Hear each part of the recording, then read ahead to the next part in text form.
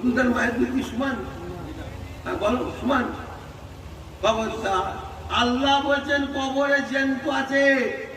আপনাদের মুরব্বীরা কবরে সব জ্যান্ত আছে, শুধু জ্যান্ত নয়, আর আল্লাহ বলছেন ওটা কবরে ওদের খুরাক দিতে হয়, ওদের খাবার দরকার হয়।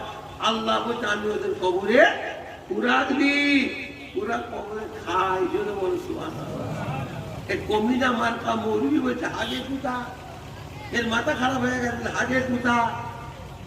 আল্লাহ বলছে কবরে খাওয়া লাগে খেতে দি খাই, কি কমিনা শয়তান বলছে আগে কুতা। সবাই যে হাগা হবে বলো, সব জায়গায় হাগা হবে নাকি বলো না?